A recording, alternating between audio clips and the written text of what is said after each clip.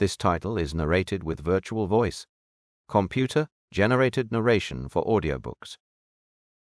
The Devil's Honeysuckle by Kieran Berry. Chapter 1. The Encounter. Kieran Berry arrived in Elysian Hollow with a camera, a suitcase full of velvet shirts, and a hunger for stories that had been buried too long. The town was quiet, almost too quiet, its streets lined with sagging porches, rusted mailboxes, and whispers that clung to the air like humidity. He'd come for the Briar Manse, a decaying plantation house said to be cursed, haunted, or both. But what he found first was a quite sexy man known as Colton McAllister. It happened at sunset. Kieran had wandered past the no trespassing signs, chasing golden light through the trees, when he stumbled onto a ranch that looked like it had been carved out of time. Horses grazed in silence. Honeysuckle vines curled around fence posts like veins. And there, standing in the doorway of a weathered barn, was Colton, broad-shouldered, sun-worn, and watching him with eyes that didn't blink. "You shouldn't be here after dark," Colton said, voice low and steady. Kieran smiled, unbothered. "I'm not afraid of the dark." But Colton didn't smile back. He stepped forward and Kieran saw it, the scar on his chest, peeking through an unbuttoned shirt. It twisted like a vine, pale and raised, pulsing faintly in the fading light. They talked. About photography, about the town, about the manse. Colton was guarded, but something in Kieran's presence seemed to loosen him. They shared a beer on the porch. Kieran snapped a photo of Colton without asking. Colton didn't mind. As night fell, the air changed. The honeysuckle bloomed suddenly, unnaturally. A crow cawed from a dead tree. The wind whispered something neither of them could quite hear. Kieran left reluctantly, promising to return. Colton watched him go, fingers brushing the scar on his chest. The devil flexed beneath the skin of the world, like something old and wicked shifted in the dark. The honeysuckle pulsed once, then stilled. Colton's scar throbbed in silence, as if echoing a heartbeat that didn't belong to him. Somewhere deep in the hollow, a dog howled, and was answered by something that didn't sound like a dog at all. The porch light flickered, the wind forgot its name, and in the photograph Kieran had taken, Colton's eyes no longer looked quite human.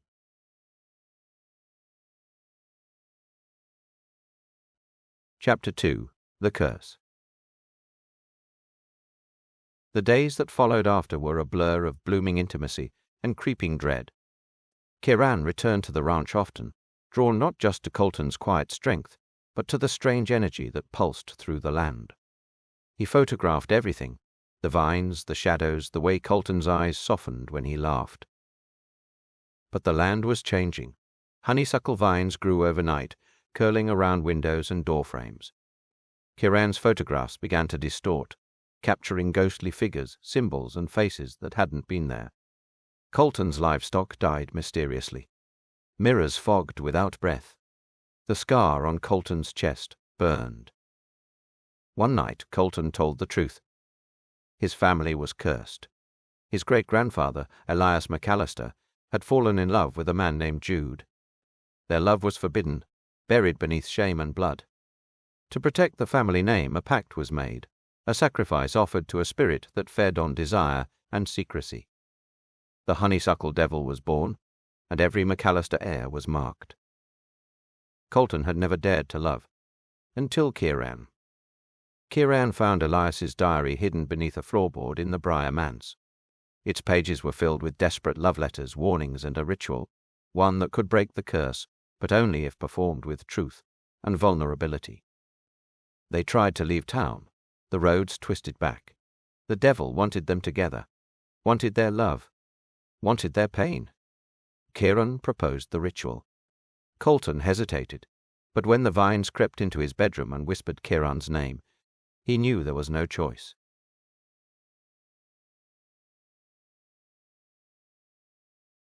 Chapter 3. The Reckoning. On the night of September 9th, Colton's birthday, They returned to the Briar Manse. The house was alive. Its walls breathed. Its windows wept.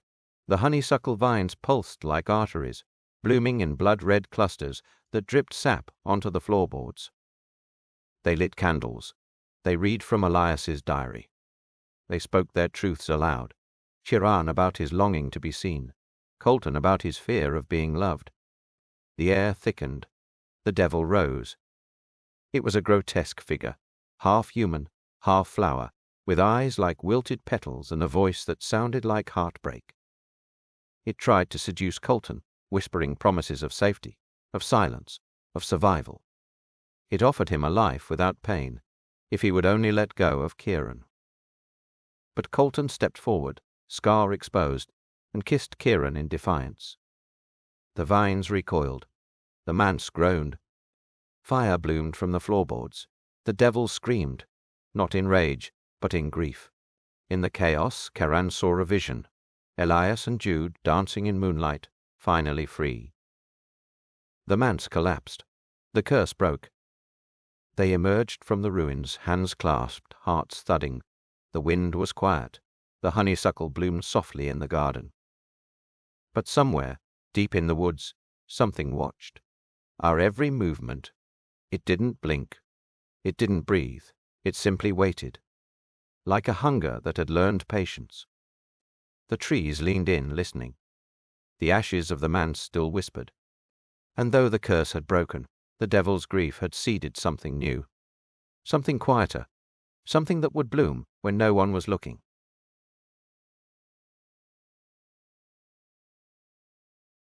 Chapter 4. The Bloom. The fire had died, but the story was just beginning. Colton and Kieran stood in the ash of the Briar Manse, the scent of scorched honeysuckle clinging to their clothes. The wind had stilled. The vines had retreated. But the silence wasn't empty. It was sacred. A hush that felt like the land itself was holding its breath.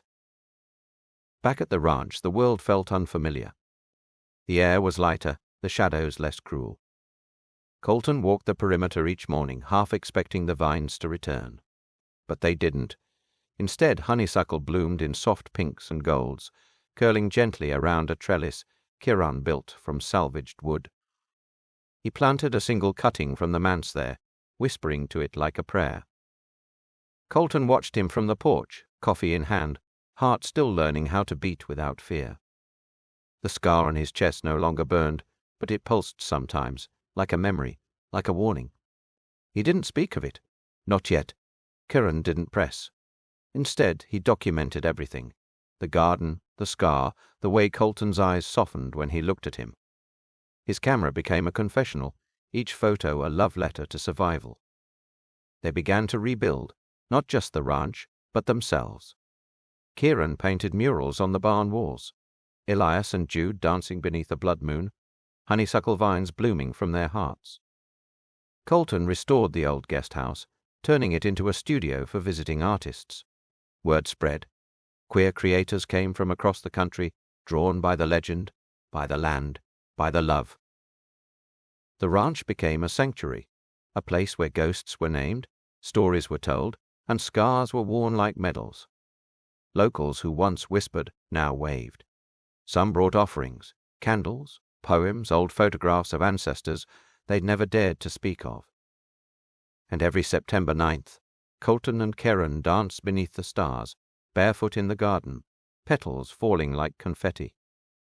The moon watched, full and gentle. But even in peace there were echoes. Sometimes Colton would wake in the middle of the night, heart racing, the scar on his chest glowing faintly. Sometimes Kieran's photographs would blur at the edges, capturing something that hadn't been there. A shadow, a bloom, a face. They didn't speak of it, not yet. Instead, they held each other close and whispered, "We're still here.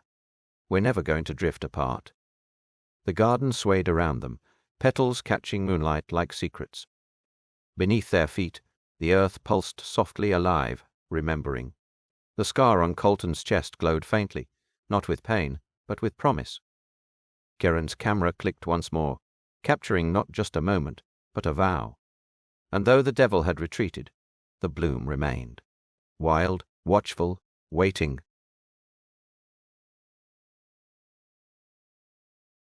Chapter 5. The Legacy. Kieran and Colton sit on the porch of the Briar-Manse, now partially restored. The honeysuckle vines have receded, leaving behind scorched roots and a lingering scent of ash and sweetness. Colton's hand rests on Kieran's knee, a silent reassurance. They've survived the devil's bloom, the ritual, the reckoning. But survival isn't the same as peace. Inside, Kieran has begun assembling a photo series titled Echoes. Each image captures a moment of rupture: the cracked mirror, the blood-soaked altar, Colton's silhouette against a wall of flame. But one photo, taken accidentally, shows something impossible. Elias McAllister standing behind Kieran, smiling faintly, eyes full of grief. Colton finds an old journal buried beneath the floorboards. It's Elias's, written in a looping, frantic hand. The final entry reads, "Love is the only curse that blooms twice. If you see the honeysuckle again, run. Or stay, but know it will remember you." That night, a single blood-red bloom appears on the windowsill. Kieran touches it, it pulses. The town begins whispering again. Children draw vines in chalk. A preacher claims the devil has taken root in memory. Kieran and Colton decide to stay, not to fight, but to document, to turn legacy into art, to make the devil beautiful. The final scene. Kieran places the last photo in the Echoes exhibit. As he steps back, the lights flicker. The photo changes. It now shows a child, eyes wide, holding a honeysuckle bloom.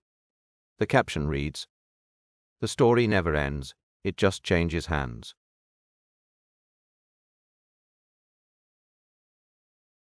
Chapter 6. The Whispering Fence. Kieran begins photographing the ranch's fence line for a new series called Thresholds. He's drawn to the way the honeysuckle vines seem to recoil from the soil, curling upward like they're trying to escape. One photo shows a vine mid-air, suspended unnaturally.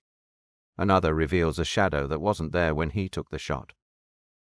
Colton, meanwhile, hears whispers in the wind. At first, he thinks it's the breeze through the trees, but then he hears his name, spoken in Elias's voice. Soft, familiar, wrong.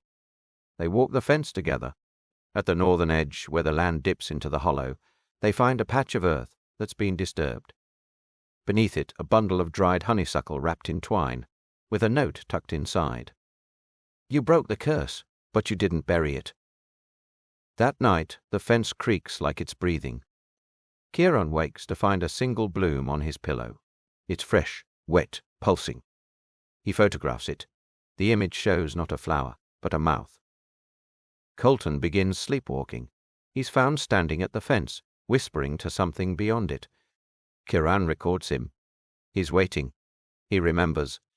He wants the story told right this time.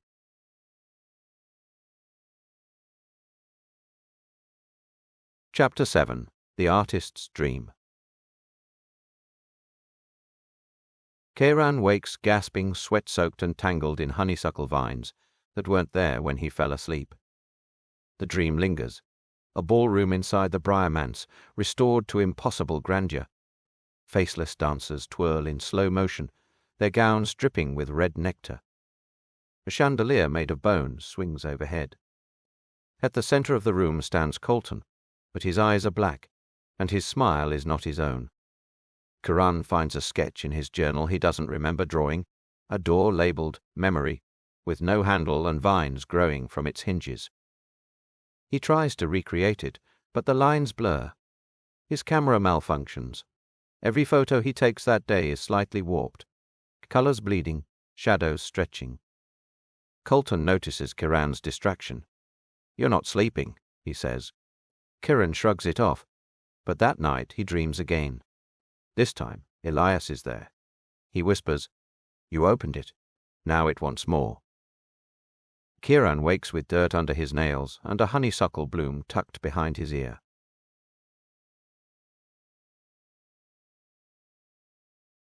Chapter 8. The Visitor. A knock at the ranch door startles them both. Standing on the porch is a man in his late 30s. Sharp cheekbones, dusty boots, and eyes that flicker like candlelight. He introduces himself as Silas Jude, a descendant of Jude McAllister. He's been tracking the curse for years, following whispers and bloodlines. Silas carries a letter Elias wrote but never sent. It's addressed to Jude, and it speaks of a ritual interrupted, a pact unfulfilled. The devil doesn't die, Elias wrote. It waits for love to bloom again. Silas warns that the curse was never truly broken. It was paused. The ritual Kieran and Colton performed was incomplete. You gave it love, he says, but it wants legacy. He leaves behind a silver key and a warning. Don't open what you can't close. That night, Kieran dreams of the key unlocking the door from his sketch. Inside, a mirror. Inside the mirror, himself smiling with someone else's mouth.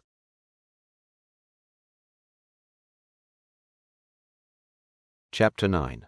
The Forgotten Room. Colton, restless and drawn by something he can't name, begins renovating the guest house. Behind a false wall he finds a sealed door. The silver key fits perfectly. Inside is a room untouched by time. Dust hangs in the air like memory. On the walls, Elias's paintings, unfinished and grotesque. One canvas shows Kieran standing in the woods, surrounded by vines. Another depicts Colton with hollow eyes and a bleeding chest. A third shows the ranch engulfed in flame, dated next week. In the corner, a journal sits open. Elias's final entry reads, "Art is the devil's favorite disguise. Paint what you fear, photograph what you love, but never mix the two." Kieran begins photographing the paintings. Each image distorts. One photo shows movement, Elias's painted hand reaching toward the frame. Colton begs him to stop, but Kieran can't. The art is calling.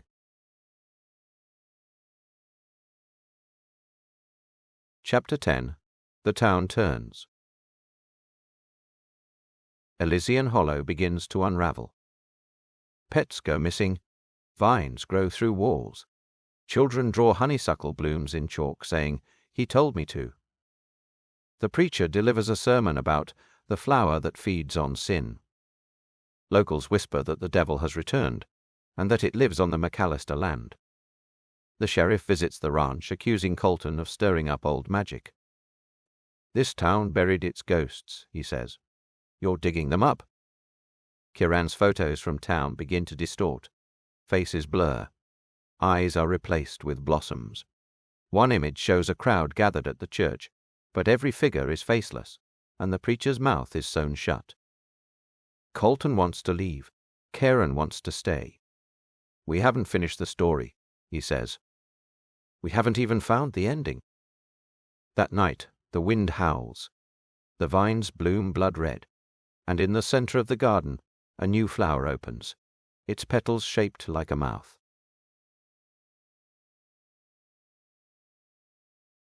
Chapter 11. The Honeysuckle Pact. Kieran begins painting again, compulsively. His canvases mirror Elias's style, but the subjects are wrong. One shows Colton asleep, vines crawling up his legs. Another depicts Silas hanging upside down from a tree, smiling. Colton finds Kieran in the garden at midnight, whispering to the flowers. "They remember," Kieran says.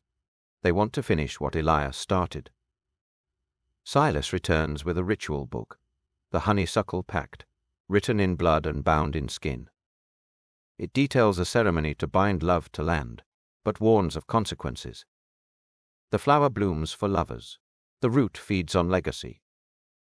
Kieran insists they perform it. Colton resists.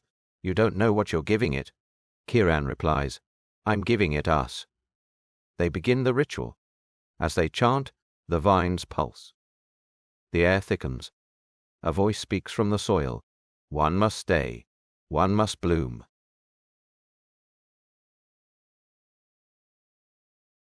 Chapter 12. The Mirror Garden. The ritual opens a hidden space behind the ranch, a mirror garden where every plant reflects a twisted version of itself. Roses with teeth, honeysuckle vines that whisper, a pond that shows not your reflection, but your regrets. Kieran sees Elias in the water, painting with his own blood. Elias turns and says, "You're almost ready." Colton sees his mother, who died in the fire. She begs him to leave. He's not Kieran anymore. They find a statue in the center of the garden. Two men entwined in vines, one smiling, one screaming. The plaque reads, "Love is the root. Pain is the bloom." Kieran begins photographing the garden. Each photo shows a different version of reality. In one, Colton is gone. In another, Kieran is kissing Elias. In a third, the ranch is a church, and the congregation is made of flowers.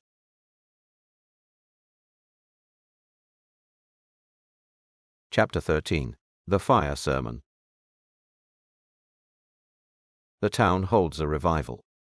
The preacher speaks of cleansing flame. "The devil wears honeysuckle now," he says, "and it walks among us." Locals march to the ranch with torches. Colton tries to reason with them, but Kieran steps forward, calm. "You want a sacrifice?" he says.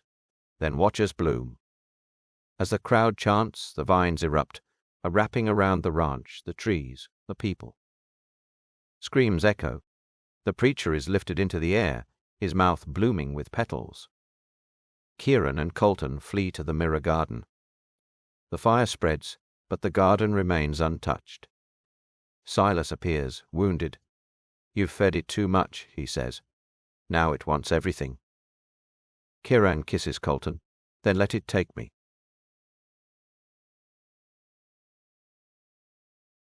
Chapter 14. The Root Cellar. Silas lead them to the original McAllister root cellar, hidden beneath the garden. Inside, bones, paintings, journals. A mural covers the wall. Elias and Jude, entwined in vines, surrounded by flames. Silas explains. Elias tried to bind love to land, but Jude resisted. The ritual failed. Elias died. The land mourned. Kieran finds a final journal entry. "If love is the seed, then pain is the harvest. I gave it my heart. It grew teeth." Colton begs Kieran to stop. "We can leave. We can start over." Kieran replies, "I don't want to start over.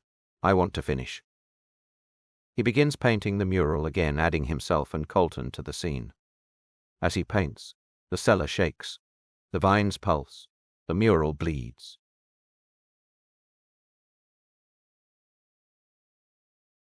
Chapter 15. The Blooming. Kieran completes the mural. The cellar erupts in light. The vines bloom violently, swallowing the ranch, the town, the sky. In the mirror garden, Kieran and Colton stand hand in hand. The statue cracks. The screaming man smiles. Kieran whispers, "We gave it love. Now it gives us legacy." The garden transforms. The pond reflects truth. The flowers sing. The ranch is gone, but in its place, a new structure rises, part chapel, part gallery, part grave. Inside, the mural glows. Visitors come from miles away, drawn by dreams and whispers. They say the art moves when you're not looking. They say the flowers remember your name. And in the center of the garden, a new bloom opens, its petals shaped like two mouths, kissing.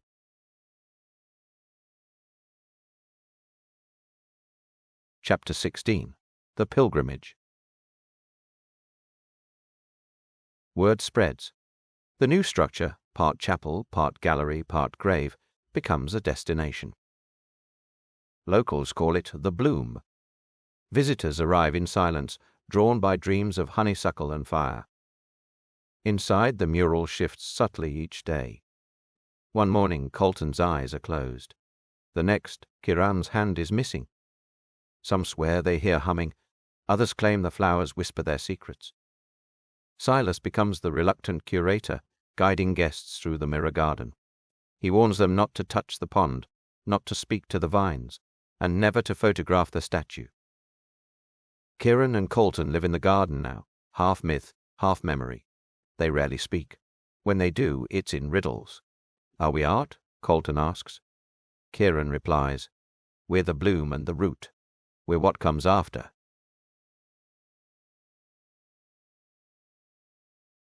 Chapter 17. The Archivist. A stranger arrives, pale, elegant, dressed in mourning black. They call themselves the Archivist, and claim to be Elias's final lover, someone erased from the journals, forgotten by the land. They carry a portfolio of Elias's lost works, sketches of rituals never performed, portraits of lovers who never bloomed. One sketch shows Kieran and Colton, dated decades before they were born. The archivist insists the ritual was never meant to be completed. It was a warning, they say, not a blueprint. They offer Kieran a choice: burn the mural and end the bloom, or let it grow and become legend. Kieran hesitates. Colton begs him to choose love over legacy. Kieran whispers, "What if they're the same?"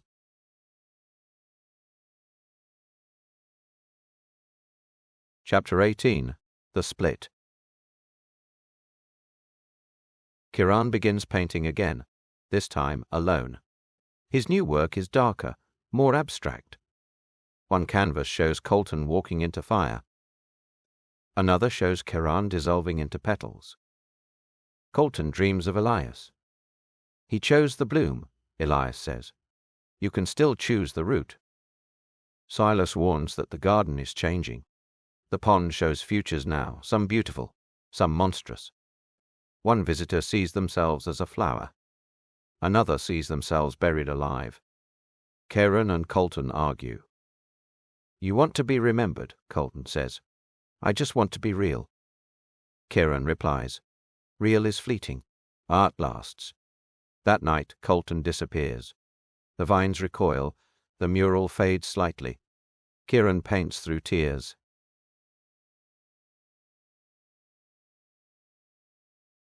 Chapter 19. The Memory Door. The statue in the mirror garden cracks open at dusk, revealing the door from Kieran's earliest sketch. No handle, no hinges, just a threshold of blooming vines. He steps through. Inside, a chamber of living memory. Paintings pulse on the walls, each one a moment he has lived, dreamed, or feared. Photographs flicker like candlelight. The air smells of turpentine and honeysuckle. He sees Colton laughing in the sun, Elias painting with blood, Jude whispering to the soil. He sees himself, young, terrified, radiant, holding a brush like a weapon. The archivist stands beside him, cloaked in shadow. "This is your legacy," they say. "But it's not your ending." Kieran walks to the center of the room, where a blank canvas waits. He paints without thought, just feeling. Vines curl around his feet. The walls breathe. The mural in the chapel begins to shift. Outside, the garden trembles. The pond turns crimson. The chapel windows shatter in silence. Kieran finishes the painting. It shows two figures entwined in bloom, neither screaming, neither smiling. Just holding on. He steps into the canvas. The vines embrace him. The bloom erupts.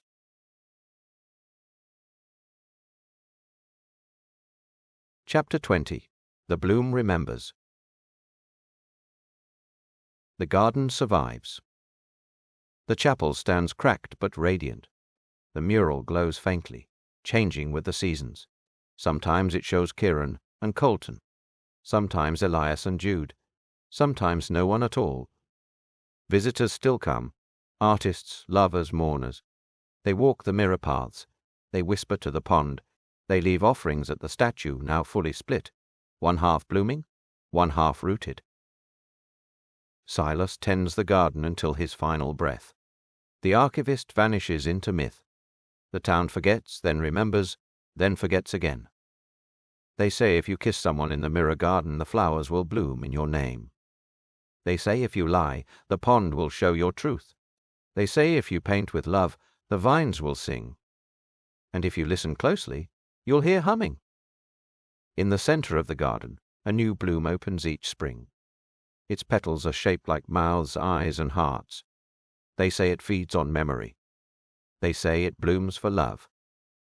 They say it remembers Kiran. And it does.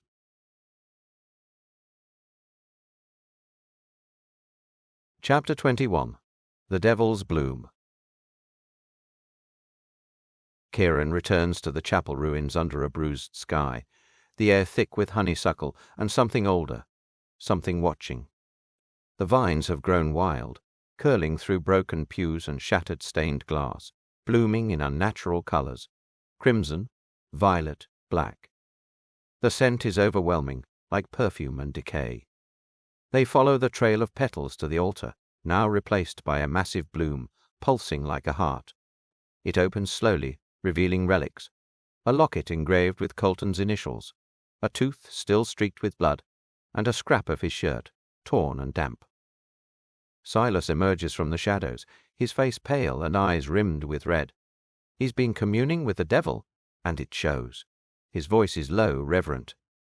It doesn't want your blood. It wants your devotion, your memory, your grief. Karen kneels before the bloom. The petals whisper in a language they almost understand. The devil offers a choice: bury the past and walk away, or become the vessel through which the curse blooms anew. Kieran chooses neither. They whisper back, "I'll rewrite you." The bloom shudders. The vines recoil. Silas begins to weep.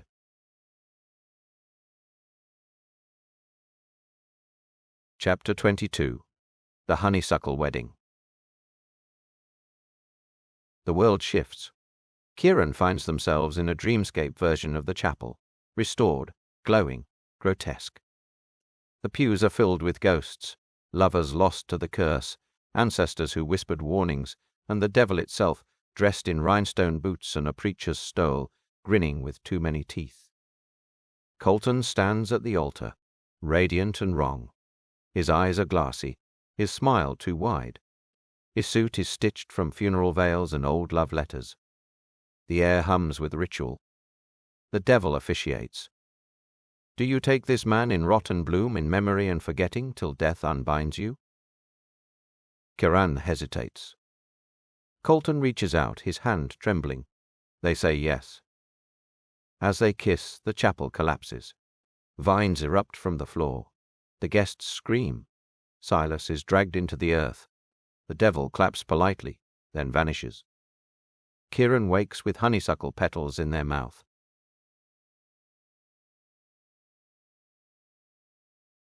Chapter 23. Silas's Reckoning. Silas flees to the cemetery, barefoot and bleeding. The vines chase him, whispering his name. He digs frantically at a grave marked with his own name and birth date, but no death. Inside the coffin, a mirror. It shows him as he was before the curse, young, hopeful, untouched. He smashes it. The vines recoil.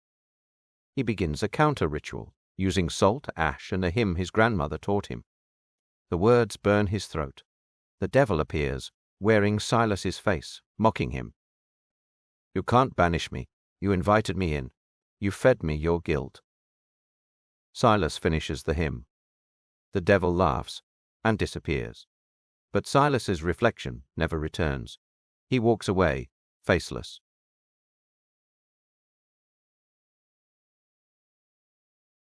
Chapter 24. The Honeysuckle Gospel. Kiran finds the ritual book again, buried beneath the chapel rubble. They begin to rewrite the curse, not as a punishment, but as a love story. Each word bleeds. The ink pulses. The pages resist. Colton returns, half human, half root. His voice is fragmented. I remember you in pieces, in petals, in pain. Together they read the rewritten gospel aloud. The vines listen. The devil howls from somewhere deep underground. The chapel blooms again, this time in gold and crimson. A new ritual begins, one of remembrance, not forgetting. The vines curl gently around their ankles, no longer hostile.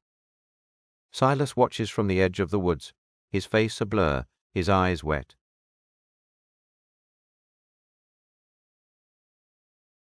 Chapter 25. The Fog Wedding.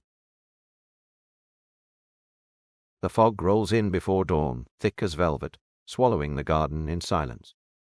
Kiran wakes to find the world muted. No bird song, no wind, just the low hum of vines retreating into the soil. It's as if the land itself is holding its breath. Colton stands at the edge of the mirror garden, barefoot, wrapped in a garland of honeysuckle and ash. His eyes are clear for the first time in weeks, no longer haunted, no longer hollow. He smiles softly, and Kiran feels something shift, not in the air but in their chest. A loosening, a blooming. There are no guests, no ghosts, no devil in drag, just the two of them and the fog. They walk toward each other slowly, as if afraid the moment might vanish. The vines part for them, curling away like reverent hands. The pond reflects nothing. The statue is silent. Kiran wears a suit stitched from old photographs and torn pages of Elias's diary. Colton wears a shirtless chest and a scar that pulses faintly beneath the garland. They meet beneath the twisted arch of the chapel ruins, where the altar once stood. They exchange vows, not of purity or permanence, but of defiance. "I will not forget you," Kiran says, voice steady, "even if it kills me." "I will love you in every version of myself," Colton replies, "even the ones the devil tried to erase." The fog thickens, wrapping around them like a veil. The vines bloom in soft golds and silvers, no longer red. The air smells of memory and rain. They kiss, and the land exhales. The mirror garden glows faintly, the pond ripples. The statue cracks, not violently but gently, like something being released. Silas watches from the edge of the woods, his face blurred, his eyes wet. He hums the hymn again, softer this time, like a lullaby. The ritual ends. The curse doesn't vanish, it transforms. No longer a punishment, but a legacy. Something to carry, something to bloom.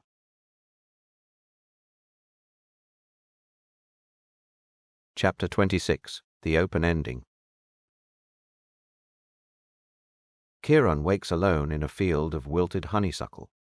The fog is gone. The chapel is quiet. The vines have retreated into the soil, leaving behind petals shaped like hearts and mouths.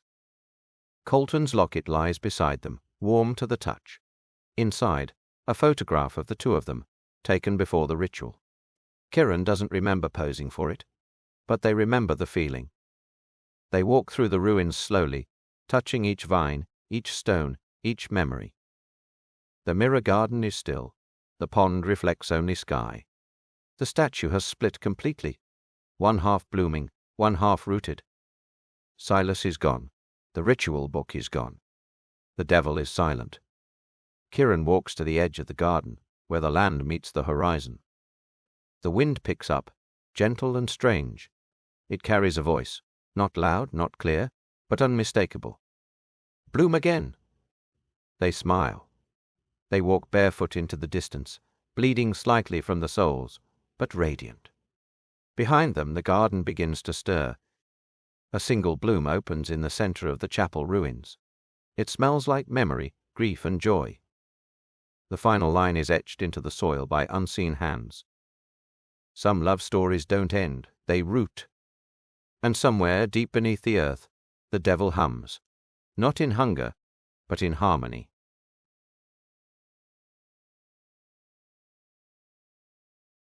Chapter 27. The Archivist's Return. Years later, a stranger arrives in the ruins. They wear a coat stitched from old hymns and carry a satchel filled with soil samples, broken lockets, and a single pressed honeysuckle bloom. Their name is Dr. Marlowe Finch, folklorist and archivist of queer hauntings. They have heard whispers of the fog wedding, of the garden that blooms only for lovers, of the devil who hums lullabies in the dirt. Marlowe sets up camp in the chapel ruins, speaking aloud to no one and everyone. I am not here to banish anything. I am here to listen. That night the vines stir. The pond ripples. A voice hums in the wind, not threatening, but curious. Marlowe begins to write.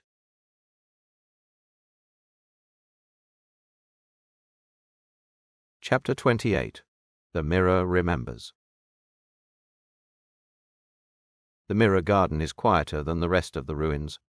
No wind, no birds, just the soft hum of glass breathing.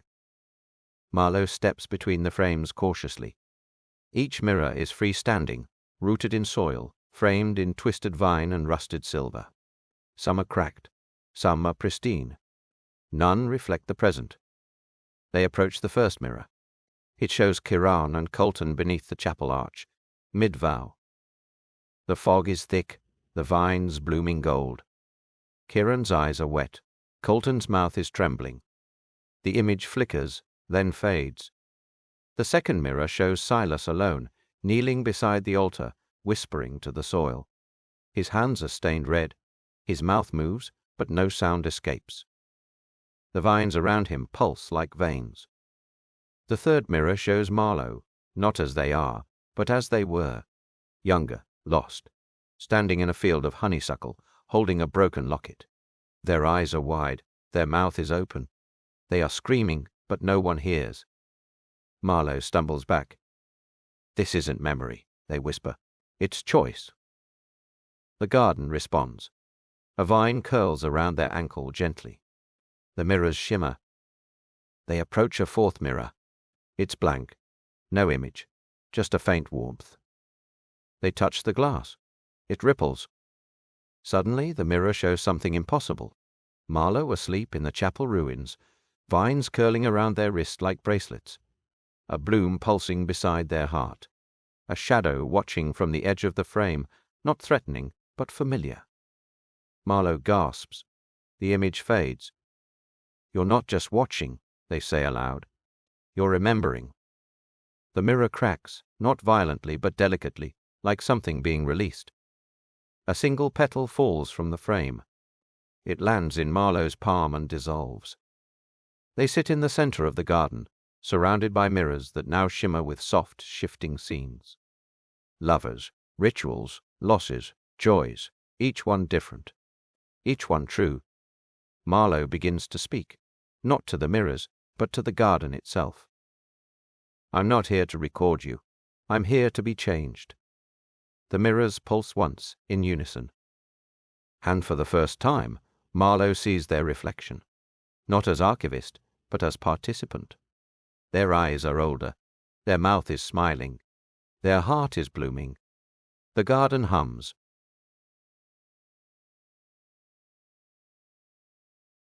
Chapter 29. The Blood Bloom. Marlowe cuts their palm on a vine. The blood seeps into the soil, and the garden responds. A single bloom rises from the earth, black petals, gold veins pulsing faintly. They name it the blood bloom. That night they dream of Kiran, not as a ghost, but as a guide. Kiran speaks in riddles, half laughing, half sobbing. You don't archive love, you plant it. Marlowe wakes with dirt under their nails, and a new page in their journal they don't remember writing.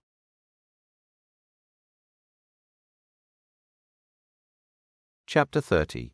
The Devil's Interlude. The devil arrives at midnight, announced not by thunder, but by applause. Marlowe wakes to the sound of clapping, slow, deliberate, echoing through the chapel ruins like a performance long overdue. They sit up, heart racing, and see her. She stands in the center of the mirror garden, framed by cracked glass and blooming vines. Her gown is stitched from funeral veils and prom dresses, her heels impossibly high, her hair a cascade of black honeysuckle. Her eyes shimmer with centuries of longing. She is beautiful. She is terrifying. She is tired. You're late, she says, voice like velvet rot. but I do love a scholar." Marlowe doesn't run. They bow. The devil laughs, a sound like champagne poured over broken glass. She sits beside Marlowe on a stone bench that wasn't there before. She lights a cigarette made of honeysuckle stems and exhales smoke shaped like forgotten names. "You came looking for truth," she says. "But truth is boring. I offer story." Marlowe nods. The devil smiles. They talk for hours. She tells stories of rituals gone wrong, of lovers who begged for immortality and got memory instead. She speaks of Kiran with reverence, of Colton with envy, of Silas with regret. "I never wanted to be feared," she confesses. "I wanted to be felt." She flicks ash into the soil. A bloom rises instantly, black petals, gold veins, pulsing faintly. "I was the first to love without permission," she says, "and the last to be forgiven." Marlowe asks why she still lingers. The devil looks at the mirrors. Her reflection is fractured, multiplied, mythologized. "Because someone has to remember," she says, "and I remember everything." She stands suddenly. Her gown trails behind her like smoke. She walks to the edge of the garden and turns. "You'll leave," she says. "They always do. But you'll come back. They always do." She blows a kiss. It lands on Marlowe's cheek like a bruise. Then she vanishes. No fire, no scream, just silence. In her place, a single sequin embedded in the soil. It hums. Marlowe picks it up. It's warm. It pulses. They smile. "Felt," they whisper. The garden exhales. Chapter 31. The Journal That Writes Itself. Marlowe wakes to find their journal open beside them, pages fluttering in a wind that doesn't touch the trees. They hadn't opened it. They hadn't written. But the page is full. Not in ink, but in pressed petals, soil stains, and faint impressions of handwriting that seems familiar and not. The words shimmer faintly, like breath on glass. The fog wedding was not the beginning. It was the bloom. Marlowe stares. The handwriting shifts as they read, curling into new shapes, rewriting itself in real time. Each sentence is a memory they didn't live, but somehow know. They flip to the next page. It shows a ritual they've never seen. Two lovers in drag, dancing barefoot in the mirror garden, vines blooming in rhythm with their laughter. The devil watches from a throne of broken altars, clapping slowly. The next page shows a funeral. No body, just a locket buried beneath the chapel ruins. The mourners wear masks. The soil hums. The next page is blank except for a single line. "You are not the archivist. You are the archive." Marlowe's hands tremble. They try to write. Just a note, a question, a plea. But the pen won't touch the page. The journal resists. It's no longer theirs. They speak aloud. "What do you want me to remember?" The journal flips on its own. A page appears covered in fingerprints and vine impressions. It shows Marlowe asleep, the devil watching, a bloom pulsing beside their heart. "You already do."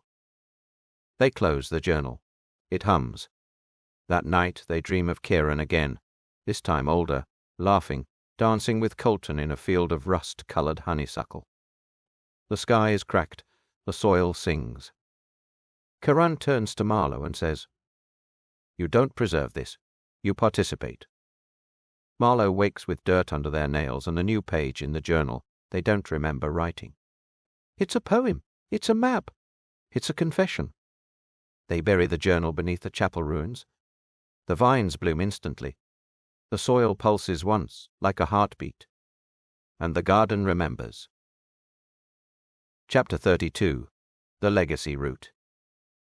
Marlowe leaves the garden barefoot. Their feet bleed slightly, but they don't flinch. The soil is soft, almost reverent, parting gently with each step. Behind them the chapel ruins shimmer, not with light but with memory. The mirrors hum. The vines pulse. The devil's sequin glows faintly in their satchel. They don't look back. They walk until the garden is out of sight, but never out of reach. At the edge of the woods they stop. The wind shifts. A single honeysuckle bloom falls from the sky and lands in their palm. It's warm. It whispers, "Bloom again." They smile. Years pass. The garden remains untouched by time, but not by story. The vines grow in new colors: lavender, rust, blush, bone. The mirrors reflect strangers. The soil hums with names not yet spoken. A child arrives. They are drawn by a song only they can hear, a soft, strange lullaby that seems to come from beneath the earth. They carry a locket. They hum the tune. The vines stir. They step into the chapel ruins, wide-eyed and barefoot. The mirrors shimmer. One shows Marlowe smiling. One shows Kiran dancing. One shows the child themselves, older, blooming.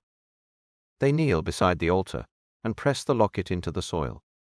The ground pulses once. A plaque appears at the edge of the ruins, etched in vine and bone. This is not a grave. This is a beginning.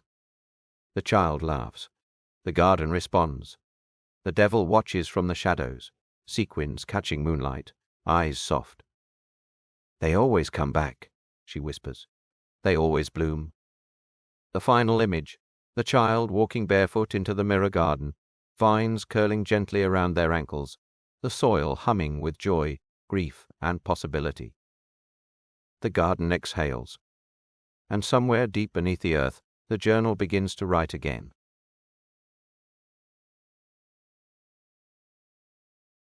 Chapter 33. The Devil's Honeysuckle. The garden is quiet. Not silent. Never silent, but still. The vines no longer pulse. The mirrors no longer shimmer. The soil hums faintly, like a lullaby remembered in pieces. The plaque at the edge of the ruins has grown over with moss, but the words remain. This is not a grave. This is a beginning. The child who planted the locket returns, now grown. They walk barefoot through the mirror garden, hands outstretched, eyes soft. The mirrors show nothing. The pond is still. The statue has crumbled. They kneel beside the altar, now just a stone wrapped in roots. From their satchel they pull a book, worn, petal-stained, humming faintly. It's the journal. It's writing again. They open it. The final page is blank. They write one line. The devil's honeysuckle blooms for those who remember. The soil responds. A single bloom rises from the earth, deep crimson, gold-veined, shaped like a heart and a mouth. It opens slowly, releasing a scent that is part memory, part grief, part joy. The wind shifts. In the distance, the chapel hums. In the mirror garden, one reflection flickers. Kiran, smiling. Colton beside him, hand on his chest. Silas in the background, humming. The devil watching, radiant and tired. The child closes the journal. They place it on the altar. The vines curl around it gently, like fingers saying goodbye. They walk away. The garden doesn't bloom again. It doesn't need to. It has bloomed enough.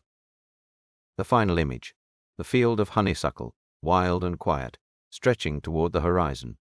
No footsteps, no voices, just the hum of legacy. And beneath the soil, the devil sleeps. Not in hunger, not in rage, but in memory. This title was narrated with virtual voice.